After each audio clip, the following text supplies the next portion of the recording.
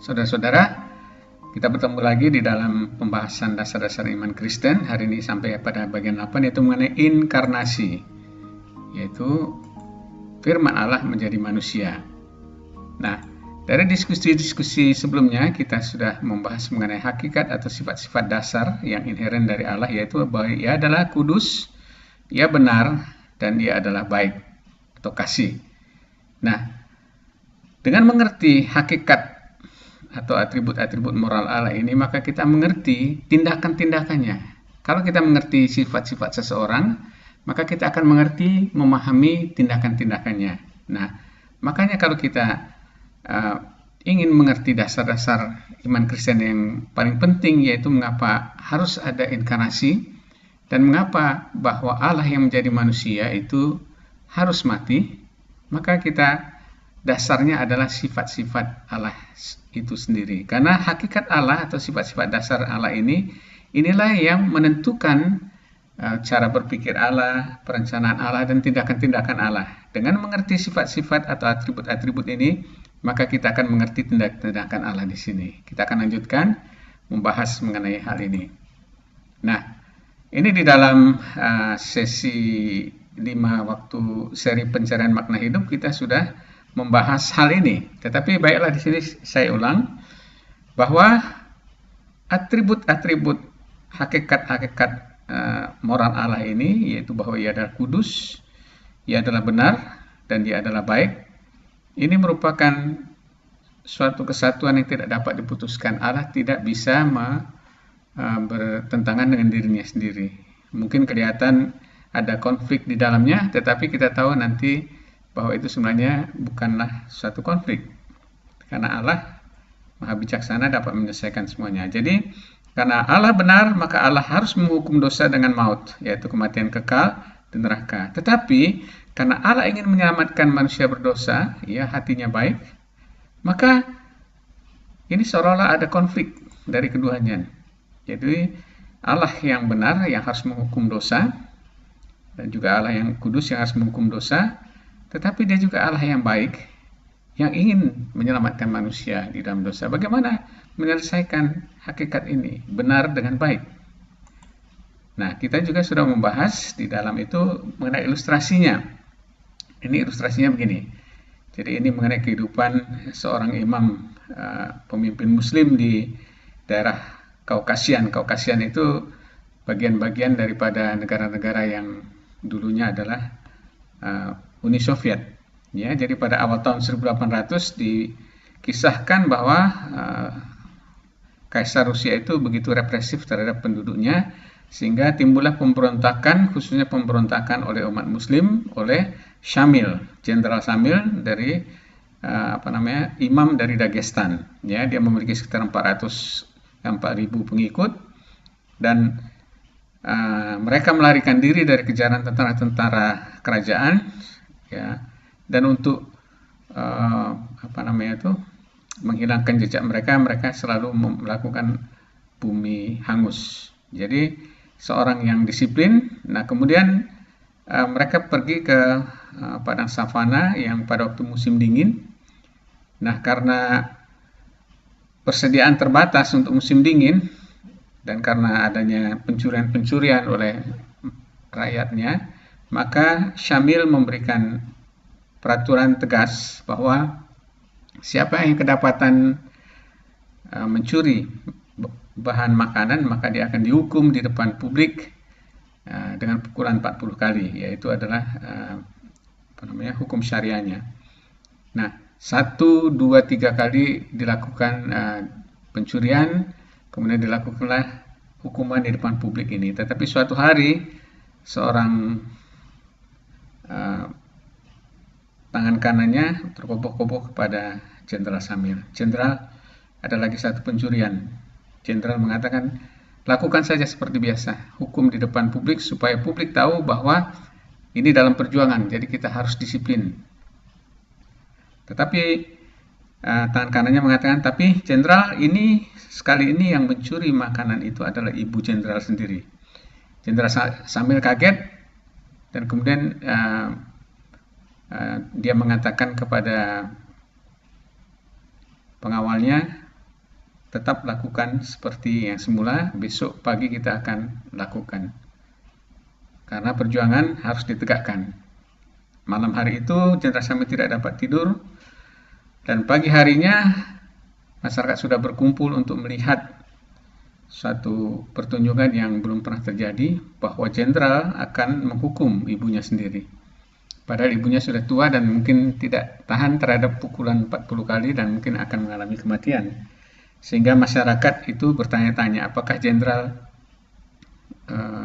tega? Nah, di sini ada suatu konflik, ya. Kalau jenderal tidak melaksanakan keadilan, maka masyarakatnya akan menganggap dia tidak adil, mereka dapat memberontak kepadanya. Perjuangan bisa hancur. Tetapi kalau dia melaksanakan keadilannya dengan menghukum ibunya, ibunya pasti kemungkinan mungkin tidak tahan, akan mati. Ada rasa kasih yang mendorong dia, ada konflik antara kasih dia kepada ibunya, tetapi juga ada keadilan yang harus ditegakkan. Jadi bagaimana? Jadi tuntutan keadilan, ibunya tetap harus dihukum, tetapi ada tuntutan kasih di dalam dia, ibunya harus dibebaskan. Ini suatu hal yang konflik di dalamnya. Jadi apa yang dilakukan oleh Jenderal Sambil ini? Pagi harinya, saat hukuman akan dilaksanakan, maka Jenderal Sambil keluar dari tendanya. Terlihat wajahnya kurang tidur, tetapi dengan suara yang tegas beliau mengatakan, saudara sekalian, untuk menegakkan perjuangan kita, mempertahankan perjuangan kita, maka keadilan harus tetap ditegakkan. Maka orang yang berbuat salah, apakah itu ibu saya, harus mendapatkan hukuman. Lalu beliau berhenti sejenak. Lalu beliau meneruskan, tetapi karena aku mengasihi ibuku dan ibuku tidak mungkin bertahan terhadap pukulan ini, maka tuntutan hukuman ini saya yang menanggungnya. Dia memerintahkan pengawalnya untuk mengikat dia di tiang menggantikan ibunya, sekalipun pengawalnya pertama sekali tidak mau, tetapi dengan ketegasannya maka dilaksanakanlah pukulan itu, hukuman itu. Yang menderita adalah Syamil sendiri, tetapi dengan tindakannya ini masyarakatnya menjadi kagum. Karena apa? Keadilannya tetap ditegakkan, hukuman tetap harus dilaksanakan, tetapi hukuman yang menerima itu adalah dia sendiri. Karena kasihnya kepada ibunya, maka ibunya bebas dari hukuman karena dia sudah menanggung keadilan. Ini konsep ini yang disebut konsep kurban substitusi.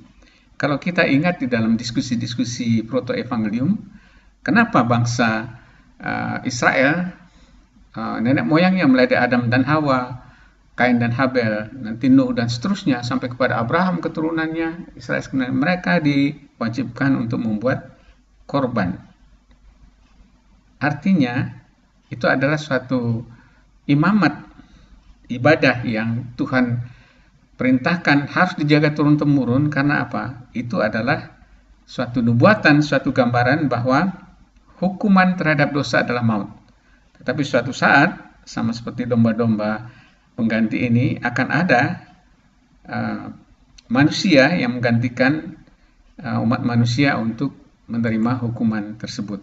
Jadi kebenaran Allah dan kebaikan Allah itu diselesaikan dengan korban substitusi. Karena itu di dalam ibadah-ibadah masyarakat Yahudi zaman dulu, ya, juga ini diharuskan terus-menerus adanya korban penghapus dosa. Nah, cuman masalahnya kalau hanya binatang, apakah ini bisa menyelesaikan masalah dosa manusia? Ini adalah gambaran saja. Karena apa? Ada tuntutan Allah yang lain, yaitu bahwa karena manusia yang berdosa, maka korban penggantinya harus manusia. Dia harus benar-benar manusia, karena dia mewakili manusia.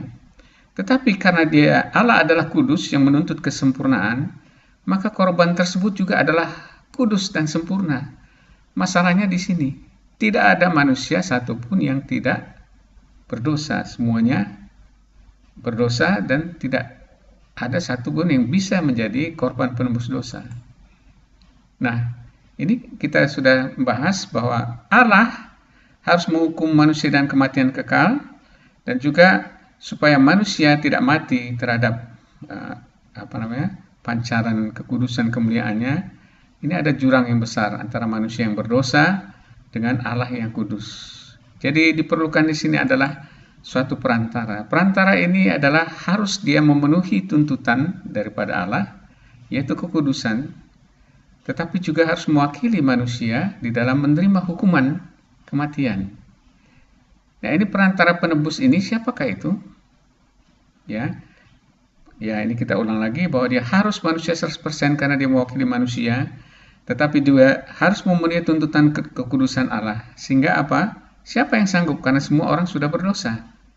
Dan juga perantara penebus ini haruslah juga orang yang akan menerima hukuman mati dari Allah. Tetapi juga dia juga harus memiliki kuasa atas maut supaya kematian dapat dikalahkan. Siapakah perantara dan penebus seperti ini? Tidak ada lain, hanya seorang yang namanya Yesus Kristus yang hidup sekitar 2000 tahun yang lalu. Allah yang inkarnasi menjadi manusia untuk menjadi penebus dosa yang diterima oleh Allah karena dia adalah juga Allah yang inkarnasi, sehingga dia adalah kudus, tetapi juga dia adalah manusia yang mengalami kehidupan manusia mulai dari bayi sampai berumur sekitar 33 tahun. Inilah alasan mengapa ada inkarnasi. Nah, kalau kita lihat, kita mereview ulang bahwa inkarnasi ini adalah penggenapan daripada janji atau kabar baik mula-mula protoevangelium di dalam Taman Eden. Ketika Adam dan Hawa berdosa, maka saat Allah memberikan hukumannya kepada iblis, Allah mengatakan, aku akan mengadakan permusuhan antara engkau ini adalah ular atau iblis itu, dan perempuan ini, Hawa, antara keturunanmu dan keturunannya. Ini single ya, keturunannya single akan meremukkan kepalamu. Ya, ini bukan jamak tapi single, dan engkau akan meremukkan tumitnya. Dan itu terjadi pada saat Yesus Kristus, Allah yang berinkarnasi itu menjadi korban penebus dosa. Ya, dia menderita, tumitnya remuk. Tetapi dengan kematiannya ini dia menghancurkan iblis dan kuasanya, yaitu maut, dengan kebangkitannya. Inilah inkarnasi, ini adalah dalam rangka penggenapan protoevangelium yang Tuhan sudah berikan sekitar 4000 tahun sebelumnya. Nah, jadi kita mengerti sekarang mengapa ada inkarnasi, karena untuk menyelesaikan masalah tuntutan kebenaran dan kebaikan Allah, maka harus ada korban substitusi. Tetapi untuk menyelesaikan antara korban substitusi itu bahwa dia harus kudus, maka Allah sendiri yang harus inkarnasi. Inilah penjelasannya mengapa Allah sendiri yang inkarnasi, karena kekudusan Allah menuntut penyelesaian sempurna tidak bercacat. Yang mewakili manusia yang tidak bercacat itu hanya ada kalau Allah sendiri atau firman-Nya, logos-Nya menjadi manusia. Itulah prinsip atau pengertian dari inkarnasi. Nah, sekarang kita melihat secara ringkas tapi padat mengenai siapa yang inkarnasi. Apakah dia manusia saja atau Allah saja atau kedua-duanya? Ya, tentu dia manusia karena dia lahir dari seorang Bunda Maria. Tetapi apakah dia itu sesuatu manusia yang berbeda? Kita lihat ya. Mulai dari saat menjelang kelahirannya, itu Maria sudah mendapatkan kunjungan daripada malaikat Gabriel, mengatakan kepada Maria, Roh Kudus. Nah, ini waktu Maria mengatakan, apakah mungkin aku dapat melahirkan seorang anak, mengandung seorang anak, padahal aku belum bersuami. Maka malaikat Gabriel mengatakan kepada, Roh Kudus akan turun atasmu dan kuasa Allah yang Maha Tinggi akan menaungi engkau.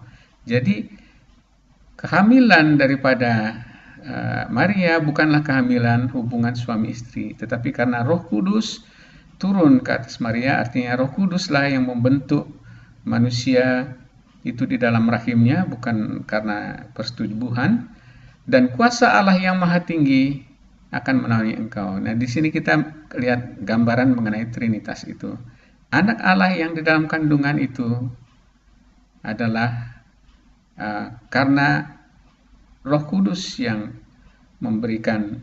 melakukan pekerjaan di dalam perut Maria, dan juga kuasa Allah lah yang menaunginya.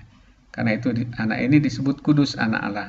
Tidak ada yang kudus manusia selain anak Allah. Begitu juga pada saat kelahirannya, ini sesuatu yang mengherankan, karena ada 3 orang Majus, dan ini bukan orang biasa kalau dilihat daripada hadiah-hadiahnya, hadiah-hadiah yang mahal. Mereka datang jauh, kemungkinan dari Persia, ya, berarti beberapa bulan sebelum kelahiran Mesias itu mereka sudah melihat bintangnya. Jadi mereka mengikuti bintangnya dari Persia jauh-jauh, datang kepada bertemu dengan anak itu sesudah banyak perjalanannya, lalu sujud menyembah dia. Jadi waktu anak itu masih kecil pun, orang-orang lain, bukan orang Yahudi justru, tahu bahwa dia adalah raja, seorang raja. Walaupun mereka tidak mengerti raja yang bagaimana, tapi mereka sujud menyembah dia. Padahal anak itu ditemui mereka di tempat yang sangat hina. Tetapi mereka menyembah dia, bahkan memberikan emas, kemenyan, dan mur. Ini adalah suatu gambaran mengenai karya daripada anak itu. Emas itu merupakan penghargaan, ya. Itu biasanya kalau raja-raja itu penghargaan kepada raja adalah memberikan emas. Jadi emas ini lambang bahwa anak kecil itu adalah seorang raja. Lalu kemenyan ini biasanya dipakai oleh para dukun, atau juga kalau dalam orang Yahudi itu para imam, untuk memberikan dupa yang harum terhadap Allah. Jadi ini menggambarkan keimamatan. Jadi anak ini nanti akan menjadi imam besar yang memperantarai antara manusia dengan Allah. Lalu yang terakhir, ini yang jarang orang lihat, mur itu satu rempah-rempah, ya. Ini biasanya dipakai untuk dalam penguburan raja-raja. Jadi ini memang suatu rempah yang harum untuk penguburan raja-raja. Itu menggambarkan bahwa anak ini suatu saat dia akan mati, tetapi mati dengan keharuman seperti raja-raja. Karena apa? Dia akan menjadi juru selamat atau penebus daripada manusia. Jadi di dalam kelahirannya pun sudah ditandai hal-hal supranatural. Banyak lagi, nanti belum lagi termasuk penggembala-penggembala di padang yang mendapatkan berita juga dari bala tentara malaikat yang luar biasa. Nah, siapa lagi? Nah, di dalam Filipi 2 disebutkan mengenai siapakah Yesus Kristus itu. Adalah ia yang walaupun dalam rupa Allah tidak menganggap kesetaraan dengan Allah itu sebagai milik yang harus dipertahankan. Jadi sebelum inkarnasinya dia adalah serupa atau setara dengan Allah, karena dia memang Allah. Nanti kalau suatu saat kita berbicara mengenai Trinitas, kita akan mengerti, ya. Dia adalah Allah. Tetapi apa? Dia tidak mempertahankan semuanya, ya. Kepemilikan, keagungan, kemuliaan, ya, di kerajaannya itu, tetapi mengosongkan dirinya sendiri. Jadi dia bukan bukan ada pengertian orang, dia dipaksa oleh bapaknya, Allah Bapa dan sebagainya. Bukan. Karena ini Allah sendiri. Dia, perhatikan kata-kata di sini adalah kata-kata aktif, bukan pasif. Mengosongkan dirinya, mengambil rupa menjadi sama. Semua adalah kehendak dirinya sendiri, ya, di dalam memenuhi juga kehendak daripada Bapanya, ya. Karena Bapa dan Anak, kalau kita mengerti nanti, itu adalah satu, ya.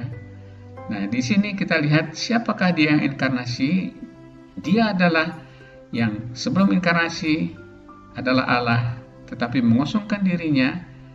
Bukan hanya mengosongkan dirinya, dia mengambil seorang hamba. Dia lahirnya bukan di tempat yang nyaman, tapi di tempat yang paling jelek. Hidupnya juga miskin, menderita. Kemudian juga dia matinya juga mengenaskan. Menjadi sama seorang dengan manusia bahkan menjadi seorang hamba. Ini Allah yang maha besar, malah yang memiliki semua, yang menciptakan semua, memberi kehidupan. Dia mengosongkan dirinya semuanya untuk memulai pekerjaan menjadi penebus umat manusia mulai dari bayi. Begitu juga dalam Ibrani 10 itu disebutkan bagaimana inkarnasi Kristus itu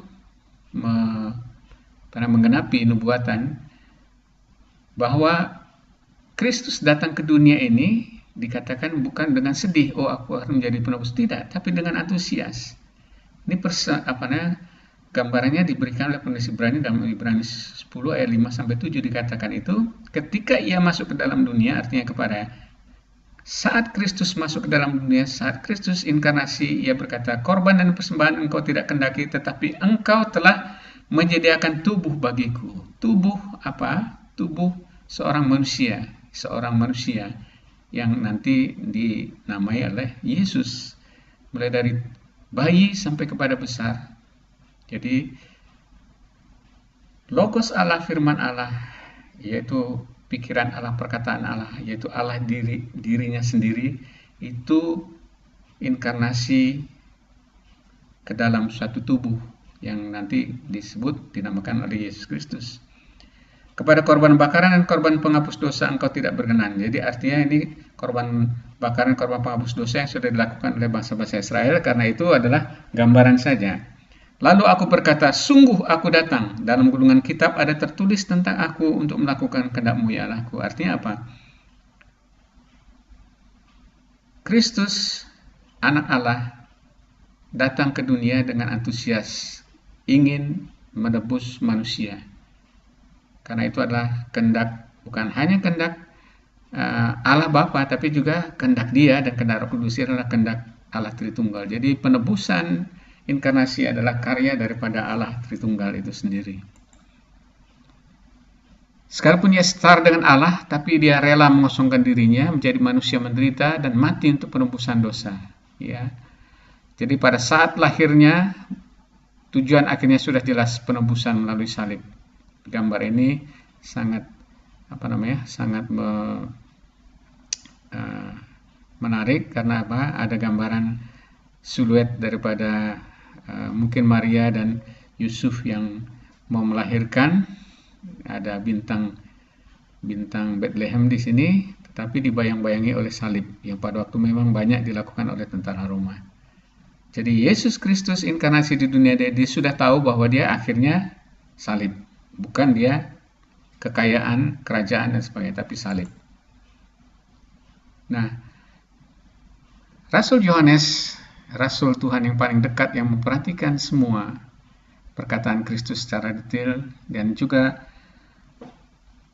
Rasul daripada Tuhan kita yang diberikan penglihatan yang khusus sehingga timbul wahyu, dia memberikan suatu kesimpulan yang luar biasa mengenai siapa Yesus Kristus. Dia tidak katakan sama seperti 3 Injil yang lain bahwa dia keturunan dari Daud, keturunan dari Abraham, keturunan dari Adam dan sebagainya. Tetapi dia melihat keilahiannya Yesus. Dia bukan manusianya yang memang keturunan dari Adam, keturunan dari Abraham, keturunan dari Daud, tetapi dia adalah firman atau logos. Firman itu adalah Allah, ya. Firman logos, ya, di dalam bahasa Yunani, konsep daripada logos itu adalah pikiran, rencana, hati dan tindakan sebenarnya mereka tidak mengerti mengenai Allah, tetapi firman itu atau logos itu pengertiannya dalam Yunani pada zaman itu adalah sebagai suatu prinsip yang itu menata atau menopang segala sesuatunya sehingga tidak chaos. Ya, jadi para filsuf orang Yunani mengatakan bahwa kalau memperhatikan semua dunia ini dan semesta, maka mereka mengatakan segala sesuatunya itu berubah. Tetapi ada satu yang tidak berubah. Satu itulah yang membuat semua yang berubah ini menjadi tidak kacau. Nah, itulah logos. Jadi satu konsep, suatu pikiran dari semesta yang mengatur semuanya. Nah, dengan memakai itu maka Yohanes ingin mengatakan pada pembacanya, Logos itu adalah Allah sendiri, yaitu firman Allah sendiri, perkataan Allah sendiri. Ya, cuma perkataan itu bukan hanya sekedar perkataan seperti rema. Kalau rema itu memang hanya konsepnya hanya ucapan saja. Tetapi logos itu lebih dalam artinya. Logos itu adalah ucapan yang lahir daripada pikiran dan hati seseorang sehingga itu merepresentasikan orang itu sendiri. Itulah artinya daripada logos. Jadi pada mulanya logos dia bersama-sama dengan Allah dan dia adalah Allah. Karena pikiran Allah, hati Allah, ucapan Allah, tindakan Allah itu adalah Allah sendiri. Itulah firman atau logos itu. Ia pada mulanya bersama-sama dengan dia, segala sesuatu dijadikan oleh dia.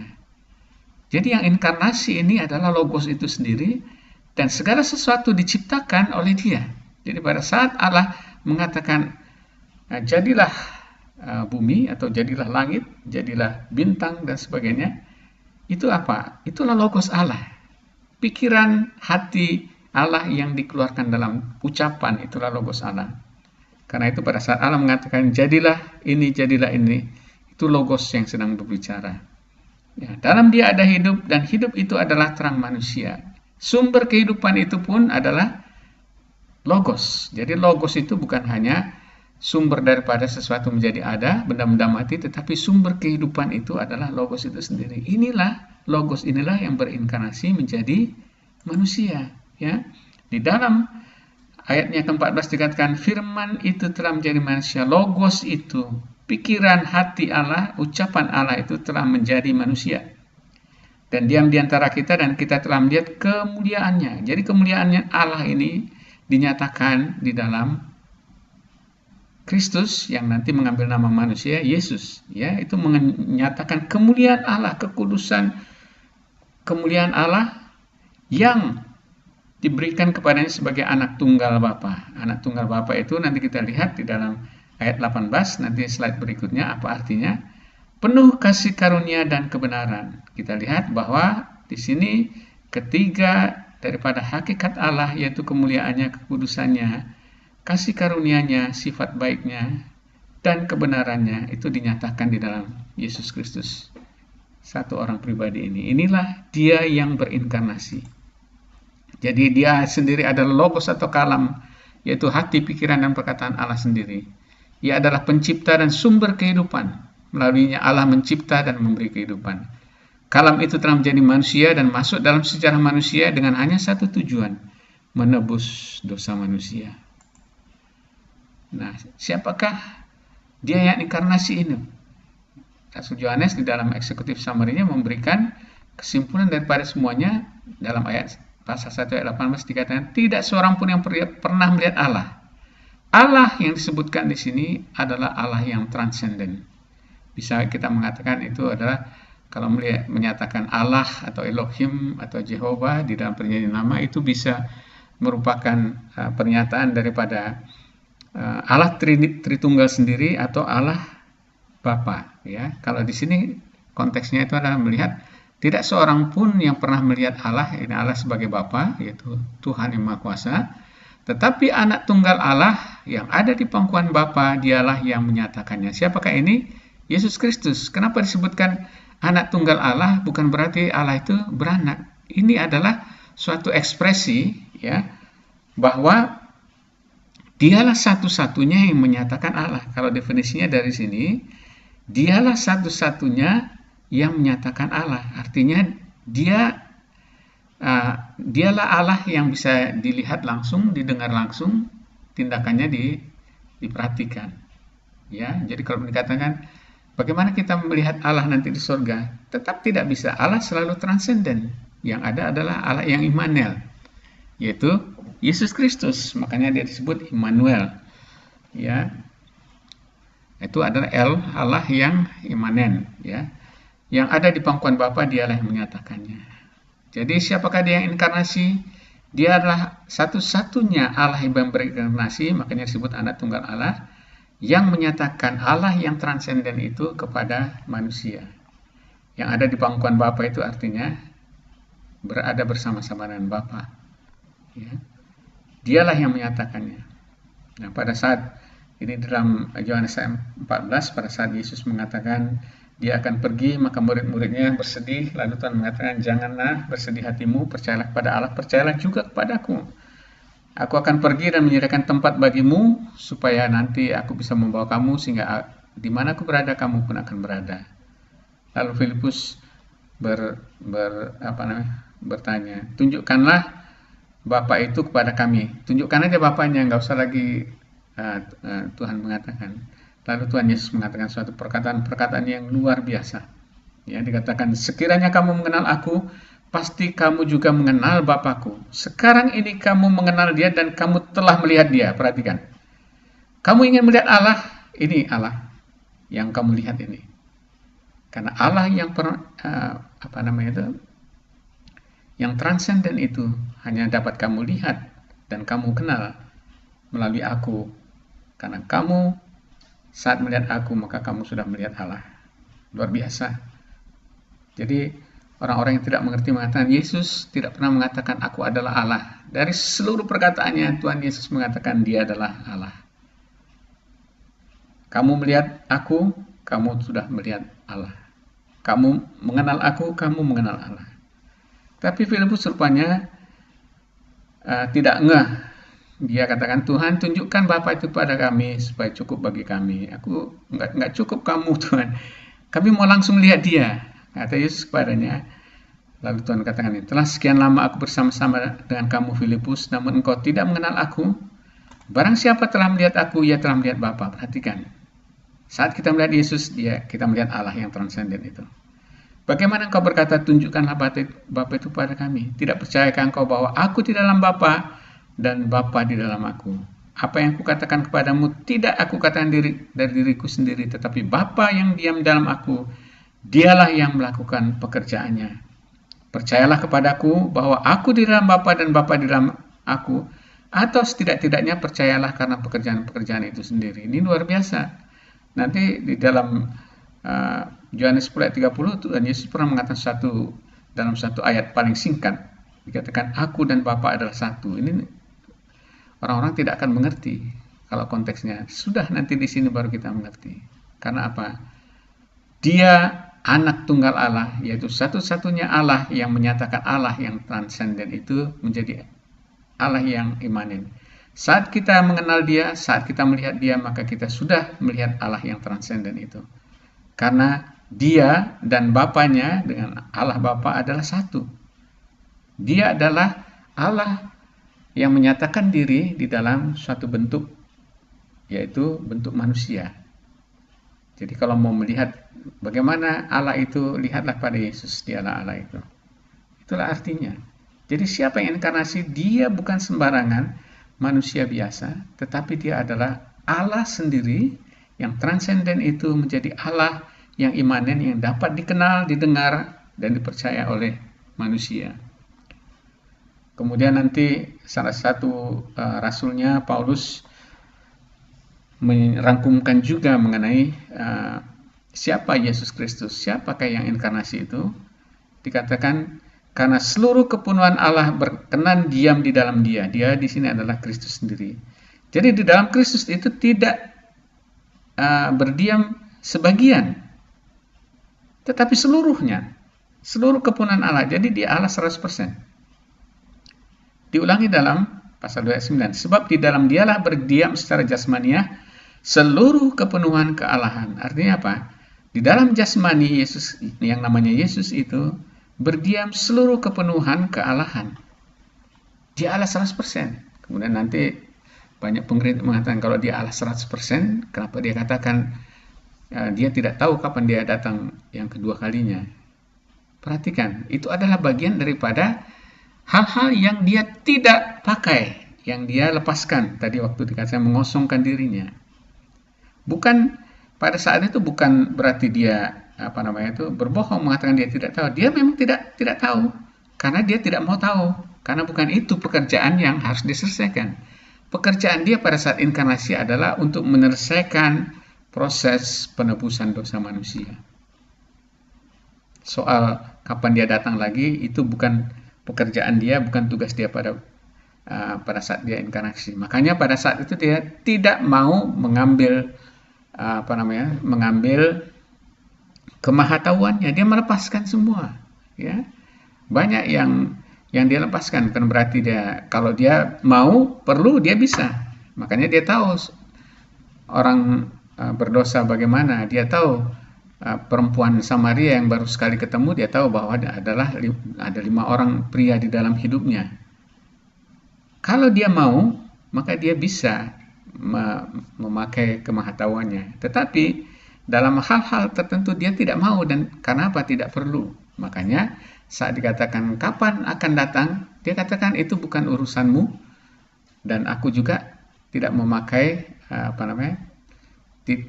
bukan itu urusanku adalah menjadi penebus dosa. Makanya dia katakan tidak perlu kamu tahu, hanya Bapa sendiri yang tahu. Jadi kita harus mengerti bahwa dia Allah 100%, tetapi dia tidak memakai kealahannya yang tidak berhubungan dengan pekerjaan penebusannya. Itulah di sini. Jadi dia di dalam tubuh manusia, tetapi 100% kealahannya ada dalam dia. Tetapi dia tidak memakai privilege, tidak memakai kemampuannya yang 100% itu untuk melakukan pekerjaan yang pertama. Karena pekerjaannya adalah untuk menjadi anak manusia yang menjadi penebus dosa. Itulah siapa dia yang inkarnasi itu.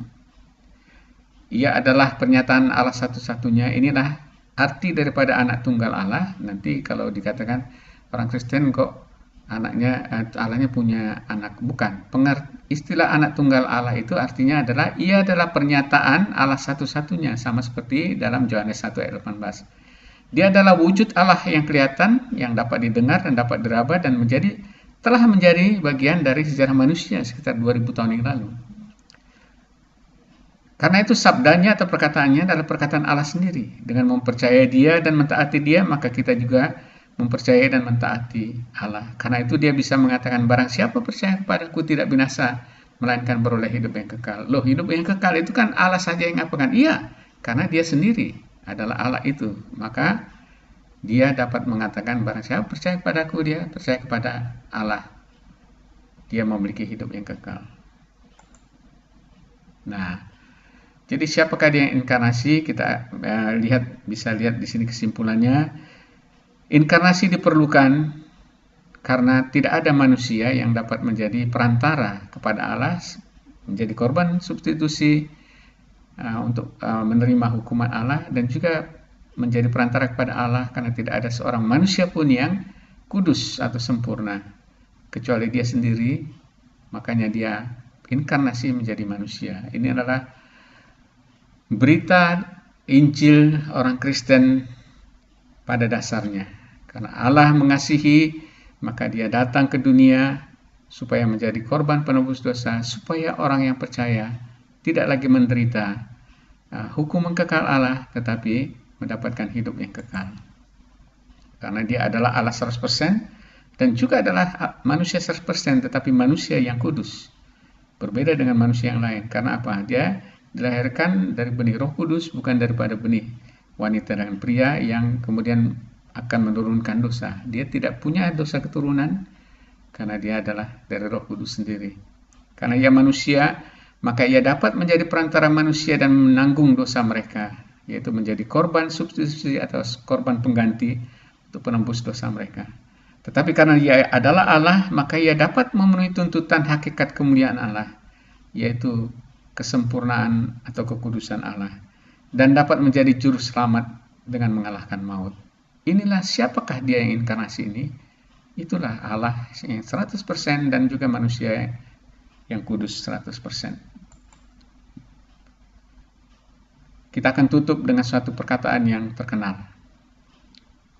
Karena dia adalah Allah 100%, manusia 100%, dan korbannya sudah menjadi diterima oleh Allah sebagai korban pengganti daripada dosa-dosa manusia, maka dia berkata, karena begitu besar kasih Allah akan dunia ini, sehingga ia telah mengaruniakan anaknya yang tunggal. Jadi anaknya yang tunggal ini tadi itu pengertiannya ini ya, satu-satunya Allah yang berinkarnasi, supaya setiap orang yang percaya kepadanya tidak binasa, melainkan beroleh hidup yang kekal.